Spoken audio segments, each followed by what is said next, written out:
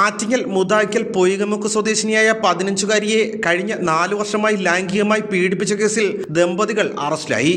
15-കാരിയായ അതിജീവിത സ്കൂളിൽ വിഷമിച്ചിരിക്കുന്നത് കണ്ട അധ്യാപിക സ്കൂൾ കൗൺസിലറെ കൊണ്ട് പെൺകുട്ടിയെ കൗൺസിലിംഗ് നടത്തിയതിൽ നിന്നാണ് ഞെട്ടിക്കുന്ന പീഡന വിവരം പുറത്തു വന്നത്. ആറ്റിങ്ങൽ ഇളമ്പ പാലത്തിന് സമീപം ബിന്ദു ഭവൻ വീട്ടിൽ ശരത്, ഇയാളുടെ ഭാര്യ മുതായ്ക്കൽ പൊയ്കമുക്ക് കാട്ടുചന്ത, നന്ദനം വീട്ടിൽ നന്ദ എന്നിവരെയാണ് ആറ്റിങ്ങൽ പോലീസ് അറസ്റ്റ് ചെയ്തത്.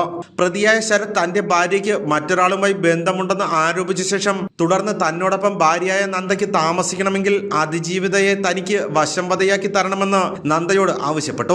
തുടർന്ന് നന്ദ ഭർത്താവിന്റെ ആവശ്യത്തിന് വഴങ്ങി അതിജീവിതയെ പ്രലോഭിപ്പിച്ച് തന്റെ വീട്ടിൽ വിളിച്ചു വരുത്തി പീഡിപ്പിക്കുകയായിരുന്നു. 2021 ഏപ്രിൽ മാസം മുതൽ 2022 ഫെബ്രുവരി മാസം വരെയുള്ള പല സമയങ്ങളിലാണ് അതിജീവിത കൊടും പീഡനത്തിന് ഇരയായത്. അറസ്റ്റ് ചെയ്ത പ്രതികളെ കോടതിയിൽ ഹാജരാക്കി റിമാൻഡ് ചെയ്തു.